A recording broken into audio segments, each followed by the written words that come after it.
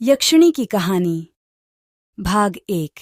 गांव में एक बूढ़ा बरगद का पेड़ था जो गांव वालों के लिए भय का प्रतीक बन चुका था।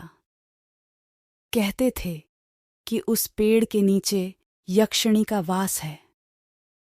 सूरज ढलते ही लोग उस रास्ते से गुजरने से कतराते थे। रवि नाम का एक नौजवान, जो इस तरह की बातों पर विश्वास नहीं करता था, उसने एक दिन साहसिक कदम उठाने का फैसला किया। उसने सोचा, ऐसी कहानियां बस लोगों को डराने के लिए बनाई जाती हैं। उसने अपने दोस्तों को भी अपने साथ चलने के लिए कहा, लेकिन कोई भी तैयार नहीं हुआ। उस रात रवि ने अपने मन की किया। उसने एक टॉर्च ली और बरगद के पेड़ की ओर बढ़ गया। जैसे ही वह पेड़ के पास पहुंचा, हवा में ठंडक और भारीपन का एहसास हुआ।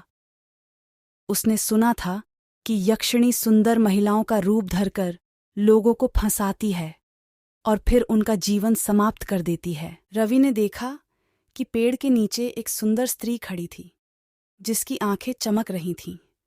वह स्त्री बड़ी ही मृदुल आवाज में बोली, रवि, तुम यहाँ क्यों आए हो? क्या तुम जानते नहीं कि यहाँ आना कितना खतरनाक है? रवि थोड़ा घबराया, लेकिन उसने खुद को संभालते हुए कहा, मैं इन कहानियों पर विश्वास नहीं करता।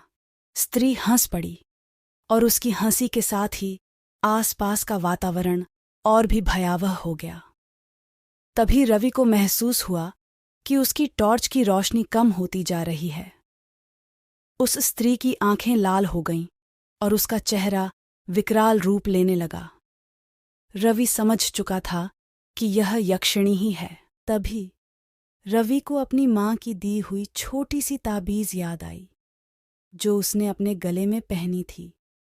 उसने ताबीज को पकड़कर जोर से मंत्र पढ़ना शुरू किया। यक्षिणी की चीखें गूंजने लगीं और वह धीरे धीरे धुआं बनकर हवा में गायब हो गई। यक्षिणी की कहानी भाग 2 देखने के लिए हमारे चैनल को सब्सक्राइब करें।